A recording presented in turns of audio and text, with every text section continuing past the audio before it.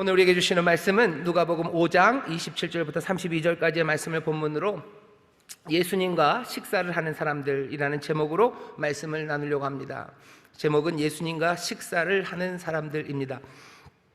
밥 먹는 게 굉장히 중요합니다. 밥을 먹으면요 사람이 변합니다.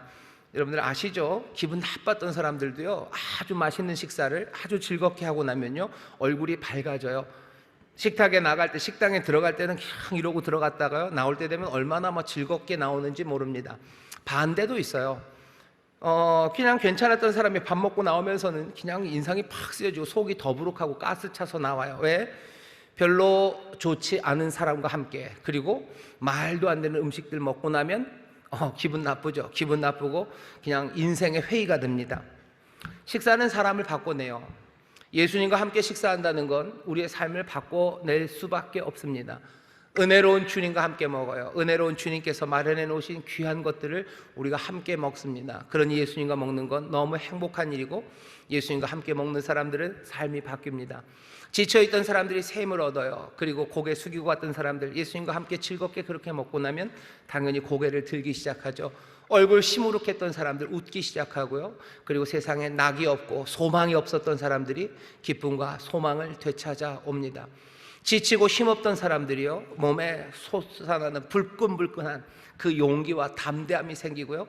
그리고 길 잃어버렸다고 생각하는 사람들, 뭘 해야 될지 모르는 사람들, 즐겁게 식사를 하고 나면 내가 해야 될 일들이 보입니다. 예수님과 식사를 하는 사람들, 누가 예수님과 식사를 하는지 누가복음에서 오늘 우리에게 알려줍니다. 자, 누가 예수님과 식사를 합니까? 오늘 본문을 보면 예수님은 세리, 레위를 부르셨고요, 그 세리, 레위와 함께 식사를 하십니다. 예수님과 누가 식사를 하는지 보셔요. 레위, 그 세리가 식사를 합니다.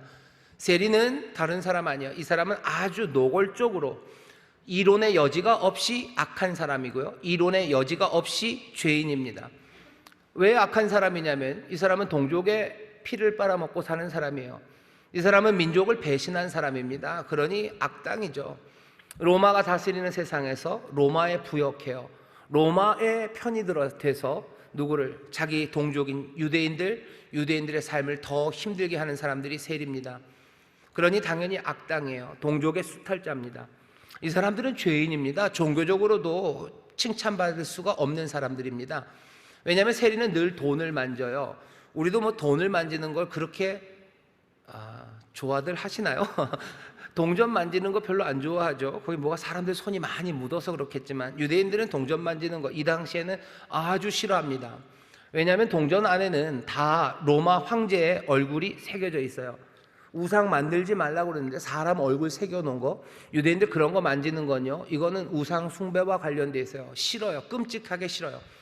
하나님 앞에 나와서 제사를 드리면서 무슨 소나 양을 드릴 때도 있지만 돈을 드리죠. 돈을 드릴 때도 그래서 로마 시대, 로마가 사용하는 그 동전을 드릴 수는 없어요. 왜냐하면 하나님 앞에 드리는데 거기에 로마 황제의 얼굴이 새겨져 있는 거, 그거 드릴 수도 없죠. 그러니 성전에 드릴 때는요, 그 로마의 동전을 내가 경제적으로 이유로 사용하더라도 하나님 앞엔 드릴 수 없기 때문에 동전을 교환합니다. 오늘 예수님이 그 성전에서 돈 바꾸는 사람들 상을 엎으신 거 기억하시죠? 그게 그런 이야기예요. 그럴 정도로 돈 만지는 거 싫어하는데 세리들은 날마다 그 동전을 받고 내주고 하면서 늘 만지는 사람들이에요. 그러니 종교적으로도 불결한 사람들입니다. 악당들이에요. 죄인이에요. 세리는 이론의 여지가 없이 그런 사람입니다. 레위가 거기 앉아 있는데요, 레위가 어떤 사람인지에 대한 설명은 없어요. 레위가 비록 그 세리로 거기 앉아 있지만 이 사람은 뭐예요? 그냥 밀정처럼 유대인의 독립을 위해서 몰래 거기 숨어 들어간 그런 얘기 없습니다. 그냥 레위는 세리일 뿐이에요. 세간에 가지고 있던 모든 생각들 그냥 레위에게 그대로 적용되는 사람입니다. 낭만적으로 생각하지 마셔요. 세리 레위에게는 뭔가 아픔이 있어서 이럴 수밖에 없었다, 그런 변명의 이야기가 복음서에 있습니까? 없습니다. 그냥 레위는 세리입니다. 숨겨진 뭔가 아름다운 낭만적인 이야기도 없고, 그 사람의 세리가 된 삶을 이해할 만한 뭔가 눈물 나는 이야기, 그런 것도 없어요. 그냥 세리죠. 죄인이죠. 그리고 그냥 악당입니다. 누가복음에서 예수님께서 여러 사람과 식사를 하시는데요, 누가복음에 따르면 예수님과 첫 번째로 식사한 사람, 예수님이 처음으로 잔치에 참여해서 같이 먹은 사람은 다른 사람이 아니에요. 이 세리, 레위와 레위의 친구들인 세리들입니다. 예수님은 노골적인 죄인들과 식사하셨어요. 그게 예수님의 첫 번째 식사입니다. 예수님이 잔치를 하실 때 그 사람들과 잔치를 하셨어요. 제가 읽어보겠습니다. 27절부터. 그 후에 나가사 레위라 하는 세리가 세관에 앉은 것을 보시고 나를 쫓으라 하시니 저가 모든 것을 버리고 일어나 쫓으니라. 레위가 예수를 위하여 자기 집에서 큰 잔치를 하니 세리와 다른 사람이 많이 함께 앉았는지라. 그렇게 먹고 있는데요, 그 먹는 걸 몰래 훔쳐보는 사람이 있습니다. 남들 먹고 있는데 옆에서 훔쳐보는 사람들은 좀 그렇죠. 그냥 가든지 아니면 좀 같이 먹자고 오든지 뭔가 시원시원해야지. 사람들 먹고 있는 걸 이렇게 몰래 쳐다보고 있는 사람들이 있어요. 그 사람들이 바리새인과 서기관들입니다. 바리새인과 서기관들이 30절입니다. 그 제자들을 비방하여 가로되 너희가 어찌하여 세리와 죄인과 함께 먹고 마시느냐. 바리새인과 서기관들은 그 당시에 세리가 공식적인 평가로 죄인이라면 그 반대쪽에 있는 사람들이 바리새인들이에요. 이 사람들은 공적으로 잘난 사람들이에요. 공적으로 훌륭해요. 이 사람들은 모세 율법을 좀 잘 지키겠다고 그러는 거죠. 모세 율법을 잘 지키면 세상이 좋아질 거라고 생각하는 사람들이에요. 우리 유대민족이 발전하고 우리 유대민족이 좀 더 좋은 세상을 만들어 가려면 율법을 잘 지켜야 된다고, 그렇게 믿고 율법 지키기를 가르치던 사람들, 그리고 그것에 본을 보였던 사람들이 바리새인들입니다. 그러니까 세상의 진보를 꿈꾸는 사람들이에요. 그리고 뭔가 삶의 태도가 좀 더 경건하고 뭔가 좀 더 윤리적으로 살자고 주장하는 사람들이에요. 그러니 세리와는 비교되는 사람들입니다. 근데 이 바리새인과 서기관들이 뭐 하나 보셔. 남들 밥 먹는데 와서 이러고 쳐다보고 있어요. 그리고 뭔가 어필하고 싶은데 예수님에게 말 못합니다. 예수님이 데리고 간 거예요. 근데도 예수님에게 말 못하고 예수님의 제자들에게만 뭐라고 얘기해요. 왜 예수님에게 직접 얘기하지 못합니까? 5장 우리가 읽은 본문 앞쪽에 보면요, 예수님이 대단한 분이셔요. 문둥병자를 막 고치셔요. 그리고 중풍병자 막 고쳐내셔요. 그냥 여기다 그물을 내려라 하면 막 물고기가 막 잡힙니다. 그러니 뭔가 떨려요. 이 양반은 함부로는 못할 것 같아요. 뭔가 있어요. 그러니 함부로 말할 수 없죠. 그러니까 뭔가 얘기하고 싶어도 예수님에게는 못하고 그 제자들에게 비방합니다. 너희들은 죄인들 세리들이랑 먹냐? 라고 따져요. 이런 사람들은 뭐예요? 좀스러운 사람들이죠. 뭔가 좀 쪼잔합니다. 못난 사람들 같아요. 따질 것이 있으면 예수님께 따져야 되는데 그렇게 따지지 못하고 제자들을 비방합니다. 예수님이 그 얘기를 들으신 것 같아요. 자기에게 뭐라고 하진 않으셨어요. 하지만 예수님이 여기에 끼어드십니다. 왜 끼어드셔요? 이 문제가 굉장히 중요한 문제이기 때문에 끼어드시는 거예요. 별것 아니면 그냥 가시면 되죠. 근데 이건 자기한테 얘기를 안 했는데도 끼어들 만한 문제예요. 이거는 뭔가 단도리를 해야 되는 문제입니다. 죄인과 먹는 문제에 대해서 예수님이 하실 말씀이 있으신 거죠. 그러니 예수님이 자기한테 묻지 않으셨는데도 대답하여 말씀하십니다. 31절입니다. 예수께서 대답하여 가라사대 건강한 자에게는 의원이 쓸데없고 병든 자에게라야 쓸데있나니 내가 의인을 부르러 온 것이 아니요 죄인을 불러 회개시키러 왔노라. 내가 의인 부르러 온 것 아니고 죄인을 불러서 회개시키러 왔다라고 얘기하셔요. 난데없이 무슨 얘기일까? 여기 부른다는 이야기가요, 여러분들 초대한다고 생각하시면 돼요. 여기는 초대한다는 이야기입니다. 식사로 초대하는 거예요. 나는 의인을 식사로 초대하러 온 거 아니야. 나는 죄인을 초대해서요, 그 식사를 통해서 어떻게 한다고요? 그 사람들을 회개시키려고 왔대요. 밥을 먹으면 삶이 바뀌어집니다. 죄인들과 함께 먹겠다는 거예요. 죄인들과 함께 먹어서 그들의 삶을 돌아서게 하겠다는 거예요. 그게 예수님이 하시는 일이에요.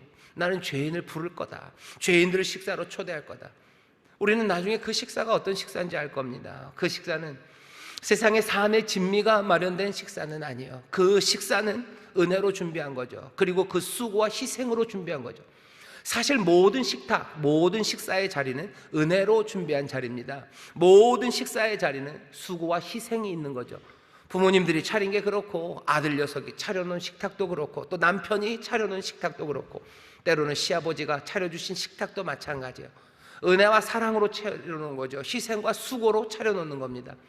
우리는 나중에 알 거예요. 예수님께서도 죄인들을 식탁으로 부르시는데 그 식탁을 은혜로 어떤 희생으로 차려놓는지 우리는 알 겁니다. 죄인들이 와서 그것들을 먹을 거예요. 내어주는 것들을 영접하고 받아 먹을 겁니다. 그리고 어떻게 회개, 삶은 돌아서기 시작할 거예요. 예수님이 그 얘기하시는 거예요. 나는 죄인을 부르러 왔다. 난 죄인을 식탁으로 부르러 왔다. 그들의 삶을 바꿔 놓으러 왔다고 얘기하셔요. 근데 사람들이 그 얘기를 들으면 감동을 먹을 것 같은데요, 그 얘기에 감동을 먹지 않습니다. 사람들이 고개를 끄덕여 왜 그러냐고 계속 물어요. 예수님이 거기에 대해서 오늘 누가복음 그 뒤쪽에 5장 37절부터 보시면 그렇게 얘기하셔. 나는 새 포도주다 얘기하셔. 나는 새 옷감이다 얘기하셔. 새 옷에 있는 옷감 하나를 헌 옷에 가져다 대면 옛 옷이 찢어집니다. 새 포도주를 예전 포도 가죽 부대에 넣어 놓으면 그 가죽 부대가 터집니다. 나는 새 포도주로 왔대요.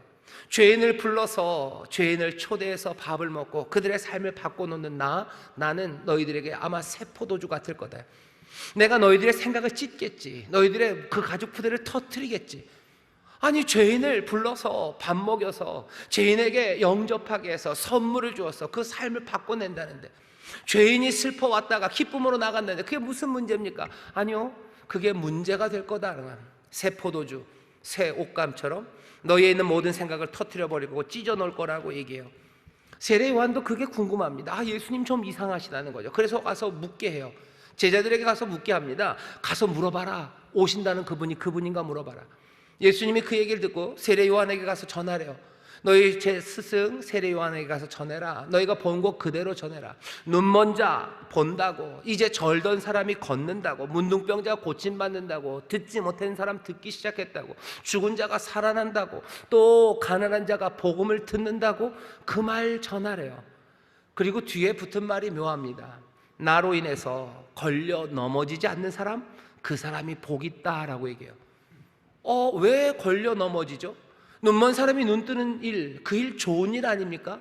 눈먼 사람 눈 뜨게 해주는데 그 사람에게서 왜 걸려 넘어져요? 그건 너무 좋은 건데, 그냥 박수 칠 일 아닙니까? 죽은 사람 살려내는데 박수 칠 일 아닙니까? 근데 예수님 뭐라 그러셔? 나에게 걸려 넘어지지 않는 사람이 복이 있대요. 가만히 생각해 보셔요.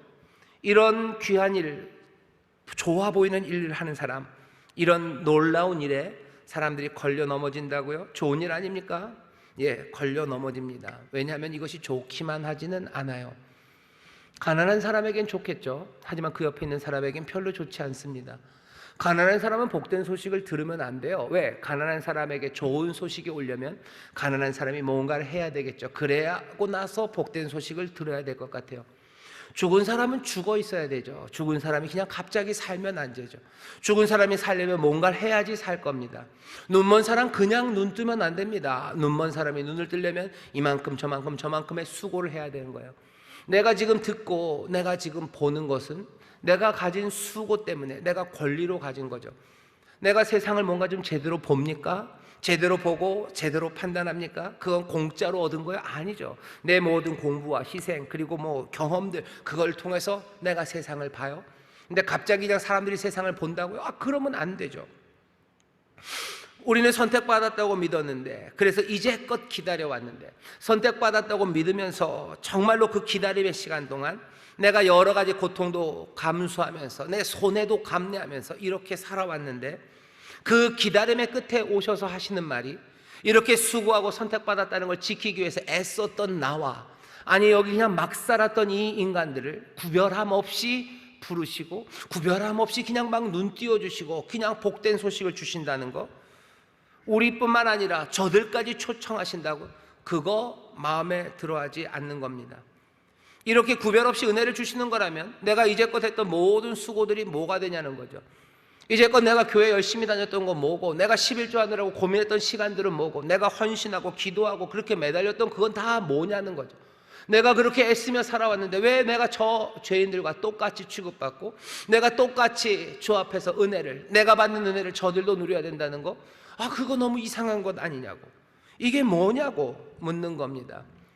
내 권리가 있는 것 같아요. 그러니 묻죠. 그리고 묻고 예수님은 여전히 똑같이 대답하셔. 나 죄인을 불러 회개시키러 왔다. 나 눈먼 자 눈 뜨게 할 거고, 가난한 자에게 복된 소식 전하러 왔다. 나 그 사람들 부르러 왔다고. 죄인들이 나에게 올 거라고, 나에게 와서 먹을 거라고 여전히 대답하셔요. 여기 있는 바리새인들은 골치 아프죠. 내가 선택받았다고 믿었던 사람들, 이 사람들 헷갈립니다. 그러니 누가복음에서 예수님과 식사하는 사람들 두 번째로 넘어가요. 바로 그 사람들과 예수님이 식사를 하십니다. 누가복음 7장에 보면요, 바리새인 시몬과 예수님이 식사를 하셔요. 시몬의 집에 예수님 가셔요. 그리고 식사를 하십니다. 바리새인과 식사를 하셔요. 문제가 생깁니다. 거기 여자 하나가 옵니다. 7장 36절서부터 보면 죄인인 여자가 왔대요. 그러니까 동네 사람들이 다 알아요. 세리가 아주 노골적으로 이론의 여지 없이 죄인인 것처럼 여기 누가복음 7장에 나오는 여자도요, 죄인입니다. 동네 사람들은 다 죄인인 줄 알아요. 근데 이 여자가 들어오면서 문제가 생깁니다. 향유를 들고 와요. 예수님 뒤에 서더니 눈물을, 그냥 닭똥 같은 눈물을 흘려요. 주르르 주르르 흘리는 눈물로 예수님의 발을 적십니다. 남자들은 잘 몰라요. 눈물이 그렇게 흐르는 건 몰라요. 여자분들은 좀 아실 겁니다. 눈물이 진짜로 막 폭포수처럼 흐를 때가 있으시죠? 그 폭포수 같은 눈물로 예수님의 발을 적셔요. 머리를 풀더니 그 머리카락으로 예수님의 발을 닦습니다. 그리고 그 발에 입 맞추고 갖고 왔던 향유를 부어요. 예수님을 닦고 그 만지는 그 모든 모습을 누가가 기록을 하고 있습니다. 죄인인 여자일 뿐만 아니라 그 여인이 하는 행동이요, 그 식사의 자리에서 할 만한 행동은 아닌 것 같았어요. 누가가 쓰죠. 예수님을 그 여인이 만지는데, 만진다고 했던 그 동사가 합토라는 동사인데요, 그냥 손을 댄다라는 뜻과는 좀 달라요. 훨씬 더 에로틱합니다. 뭔가 불을 지핀다는 뜻이 있어요. 어루만진다는 뜻이 있어요. 약간 애무한다, 뭐 이런 뜻이 있어요. 이 여자는 지금 예수님을 그렇게 만져요. 여기 밥 먹는데 식탁에 어울리지 않습니다. 이러면 안 되는 겁니다. 이 여인의 삶이 그러면 안 되는 여인이었어요. 그리고 여기서도 지금 여기서 이러시면 안 됩니다 하는 상황이죠. 그런데 예수님 어떻게 해요? 이러시면 안 되는 삶들을 지금 받아들이시는 거예요. 죄인이라는 건 뭐죠? 이러면 안 되는 거였어요. 이러면 안 되죠. 적절하지 않죠. 올바르지 않죠. 올바르지 않고 적절하지 않고 이러시면 안 되는 사람들, 그 삶이 지금 예수님 앞에 있는데요, 예수님은 그걸 받아들이셔요. 우리 이러시면 안 되는 사람들 여기 있습니다. 이러시면 안 되는 거예요. 적절하지 않게 사는 사람들, 올바르게 않게 사는 사람들이 있어요. 그 사람들이 지금 예수님과 함께 예수님 받아들입니다. 바리새인 시몬은 그 마음에 생각하기 시작해요. 5장에서도 이 바리새인들이 예수님에겐 직접 말 못하고 제자들에게 얘기하죠. 여기도 마찬가지예요. 그냥 바리새인 시몬은 그냥 마음속으로만 생각합니다. 마음속으로 그냥 이렇게 생각하죠. 7장 39절입니다. 이 여자가, 예수님이 선지자라면 이 여자가 죄인인 걸 알 텐데 라는 생각을 해요. 제 생각에 예수님이 시몬의 마음을 아십니다. 그리고 마음속으로는 벌써 대답하셨을 거예요. 시몬아, 내가 왜 이 여인이 죄인인 걸 모르겠니? 난 네가 누군지도 아는데 라고 얘기하시는 거예요. 이 드러난 여인이, 누가 봐도 죄인인 이 여자가 죄인인 걸 내가 왜 모르겠니? 왜 몰라? 너도 아는데, 네가 죄인인 걸 아는데 라는 생각이 괄호 안에 있어요.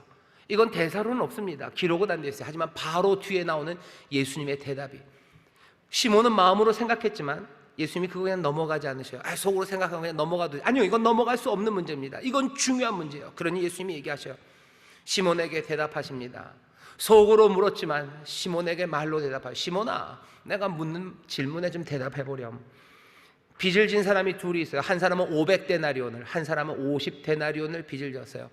빚을 준 사람이 두 사람의 빚을 다 탕감해 줬다. 시몬아, 바리새인 시몬아, 그러면 누가 더 이 빚을 탕감해 준 사람을 사랑하겠니? 라고 물어요. 그냥 아가페 하겠니? 라고 묻습니다. 아가페 하는 것으로 받아들여요. 그 여인이 하는 걸 아가페로 받아들이신 것 같아요. 시몬은 그 말을 듣고요, 이건 뭔가 잘못됐다는 걸 알아요. 그러니 시몬은 43절에서 제 생각에는 이라고 말합니다. 이건 뭔가 뜸을 들이는 거죠. 머뭇거림이죠. 난감한 겁니다. 예수님이 하시는 얘기가 뭔지 알아요. 대답합니다. 예, 예수님, 많이 탕감받은 자가 더 사랑하겠지요 라고 대답해요. 시몬은 이 얘기가 뭔 얘기인지 알죠. 여기 드러난 죄인 이 여인은 500데나리온 빚을 탕감받은 사람이에요. 그리고 여기 50데나리온 탕감받은 사람이 누군지 예수님이 그 이름을 말하지 않아요.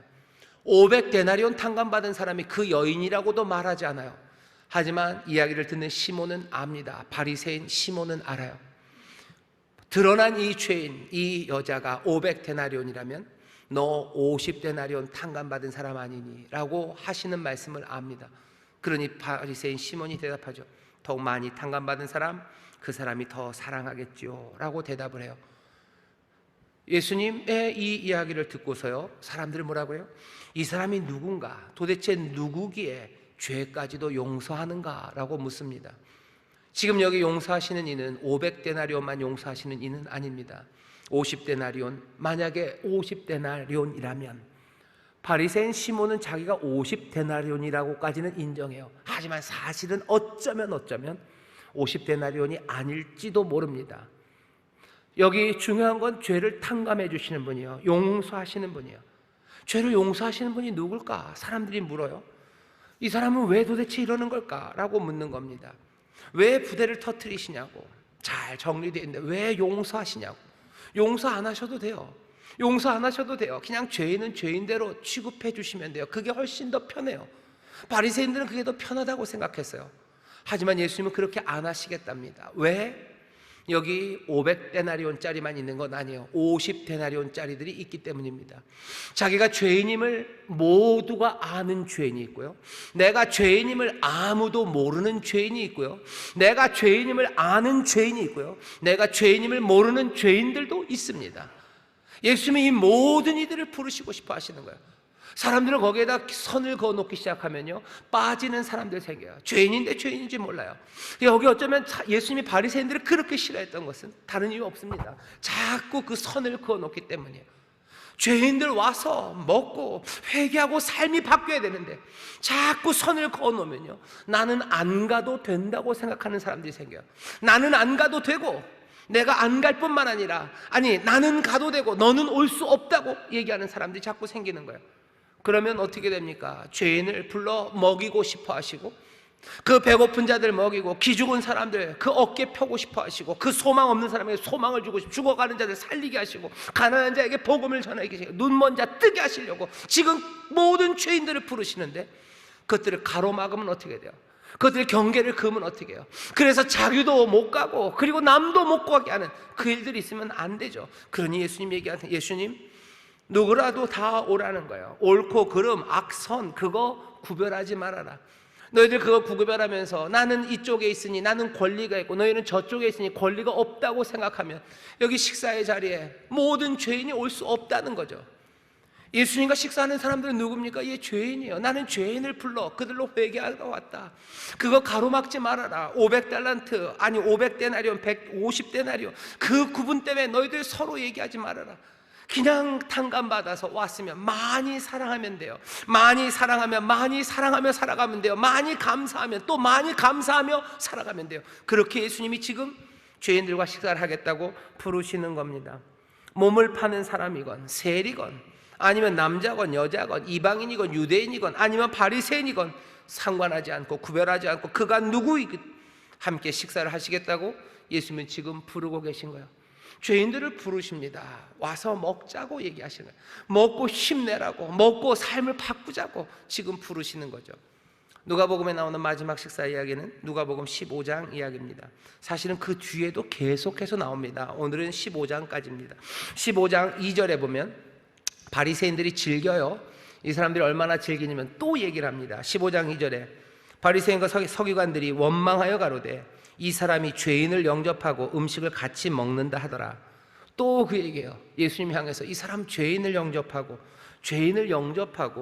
그들과 함께 먹는다라고 원망합니다. 예수님에게 직접 얘기한 거 아니에요?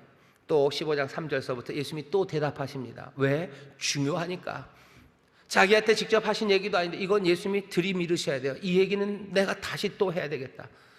죄인과 함께 먹는 이야기는 예수님이 물러나지 않으십니다.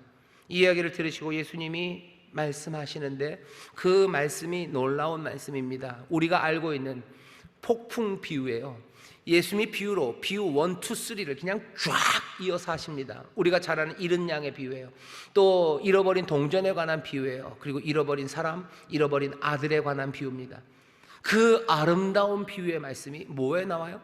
죄인과 함께 먹는다는 그 얘기를 들을 때마다 예수님이 그 앞에 오시는 거예요. 그 앞에 던져 놓으시는 거예요. 이 사람들 안 되겠다는 거죠. 비유로 말씀하십니다. 시리즈로다가 아예 여기서 끝을 보자고 작정하신 듯이 비유를 쏟아내기 시작하셔요. 마지막 이야기가 하이라이트겠죠. 길 잃은 사람의 이야기입니다. 이 사람은 누구죠? 아버지의 재산을 몽땅 다 들고 튄 아들입니다. 나쁜 사람이에요. 아버지의 돈을 들고 튀었어요. 그리고 나가서 뭐라도 좀 잘 되면 좋은데 가서 몽땅 다 탕진한 못나고 나쁜 아들입니다. 아버지의 재산 들고 튀어서 몽땅 다 탕진해버린 아들, 그 아들이에요.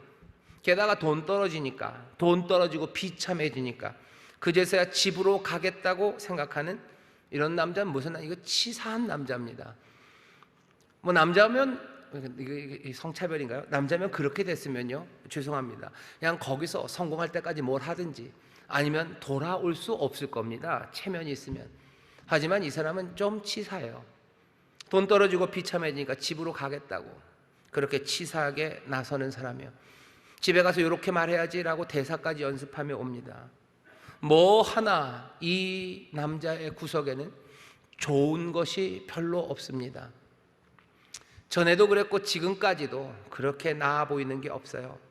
그런데 이 사람이, 이 남자가 집으로 돌아갔을 때 그가 받은 대접이 뭐냐, 예수님이 얘기하시는 거죠. 아버지는 그를 위해서 잔치를 벌입니다. 잔치를 벌여요. 송아지를 잡아요. 그리고 잔치를 벌여요. 그리고 먹입니다. 씻기고 반지 끼우고 먹여요. 죄인이 옵니다. 죄인이 옵니다. 그리고 먹입니다. 그리고 어떻게 회개, 삶을 바꿔내려고 하시는 거예요. 여기 이 집안엔 큰아들 하나가 있어요. 아버지가 자, 잔치하자, 너 와라 그래요. 하지만 이 큰아들은 그 잔치에 오지를 않아요. 오지를 않아요. 왜? 저놈은 나쁜 놈인데 나쁜 놈을 영접하면 나같이 좋은 사람은 뭐가 되냐는 거예요. 아니죠. 여기 이 아들은요, 이 큰아들은요, 집에는 있었지만 여전히 꽁한 것으로, 어쩌면 의심과 그리고 미움으로 살아갔던 못난 아들입니다. 아버지는 이 집 나갔던 아이, 이 길 잃어버려서 밖에 나갔던 아이만 부르는 것 아니라 여기 꽁하고 아버지에 대한 존중이 없는 이 큰아들, 이 아들도 와서 같이 먹자고 하는 거예요. 함께 즐거워하자, 함께 즐거워하자. 함께 먹으면 삶이 바뀌어져요. 누가 그랬다고 그러더라고요. 진짜 맛있는 음식, 훌륭한 음식을 함께 먹으면 모든 사람을 다 용서할 수 있대요. 심지어 누구까지? 심지어 가족까지도 용서할 수 있답니다. 뒤에 농담이죠. 와서 먹자고. 근데 그 사람 올지 안 올지 모릅니다. 예수님이 누구랑 먹는지를 보셔요. 누구랑 먹는지를 보셔요. 와라, 와라. 죄인들 와라. 와서 먹고 힘내라요. 먹고 너희들 여기서 삶이 변하는 그 회개로 오라고 얘기하셔요. 오늘 여기 주님께서 부르시는 사람들이 있습니다. 여기 있는 사람들, 여러분들은 어쩌면 세리일지 모릅니다. 누가 봐도 죄인인 사람들, 아니면 아무도 죄인인 줄 모르는 죄인들, 매춘을 한 죄인, 교회 지도자인 죄인, 자기가 죄인임을 인정하는 죄인, 자기가 죄인인지도 모르는 죄인, 이들 모두를 지금 예수님께서 부르셔요. 은혜로 부르셔요. 긍휼로 부르셔요. 왜? 죄인들은 죽어갈 겁니다. 그리고 지쳐가고, 그리고 그 외로움의 길을 잃어 살아가기 때문이에요. 우리가 터진 웅덩이를 파지만 목마를 뿐이에요. 애써 보지만 죽어갈 뿐이에요. 모든 사람들, 죄의 결과 사망의 길을 가는 모든 죄인들을 주께서 어떻게 하시는 거예요? 식사의 자리로 부르시는 거예요. 와라, 와서 먹으래요. 여기 예수 그리스도의 살과 피, 은혜로 찢으신 그 살과 은혜로 쏟으신 그 보혈, 그것이 준비되어 있어요. 뭐라고 얘기하셔요? 여기 생명의 떡이 있다고, 여기 약속의 언약의 잔이 있다고 지금 얘기하셔요. 와서 먹으래요. 이 생명의 떡을 드셔요. 받아 먹어라. 내가 준다. 그러니 받아라. 그리고 먹으라고 얘기하셔요. 영접하라고 얘기하셔요. 이 생명을 영접하십시오. 이 약속을 영접하셔요. 어떤 약속이에요?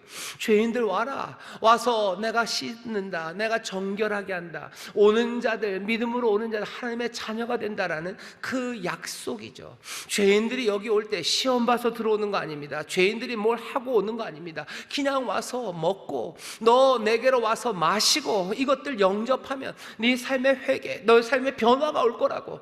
여기 와서 지금 먹으라고 그러시는 거예요. 여기 생명의 떡이 여기 있습니다. 은혜로 펼쳐 놓으셨어요. 내가 삶이 지치고 뭐 신령한 것을 먹고서, 아니요, 광야에서 만나를 먹고도 죽었어요. 하지만 여기 있는 이 생명의 떡을 먹으면 영원히 죽지 않는 떡을 주신다고 얘기하셔요.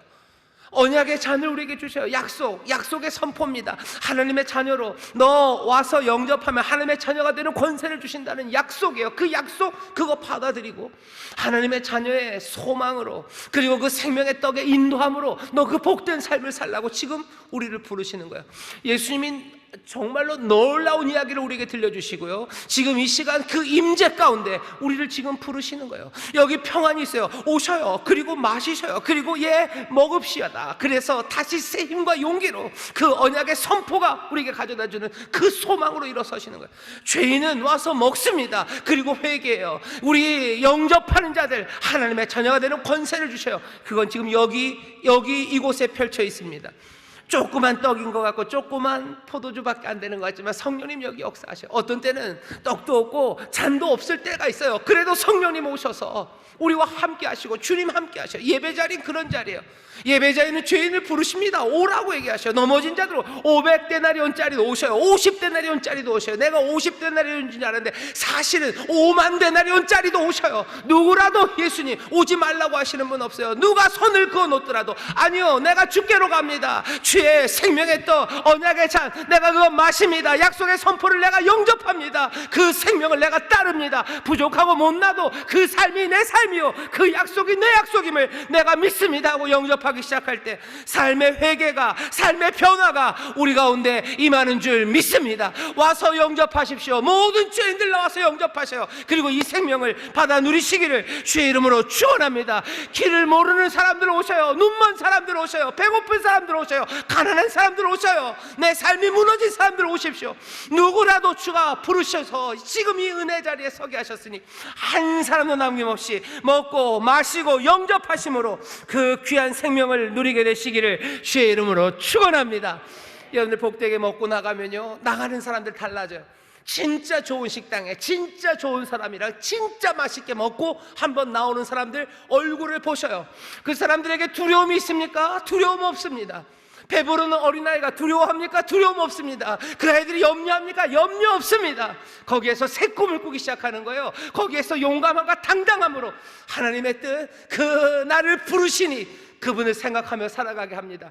오늘 이 예배의 자리, 이 성찬의 귀한 은혜 나오신 여러분들 삶은 그렇게 변할 겁니다. 오늘 채우시기에 넉넉하게 하나님의 은혜, 주님의 은혜가 여기 있으니 여러분들 마음껏 먹으시고 마음껏 마시시고 삶이 변화되시기를 주의 이름으로 축원합니다. 주가 주시는 기쁨을 누리시기를 주의 이름으로 축원합니다. 주가 예비하신 치료와 주가 예비하신 은혜와 주가 예비하신 형통함과 주가 예비하신 귀하신 생명을 모두가 받아 누리시기를 주의 이름으로 축원합니다.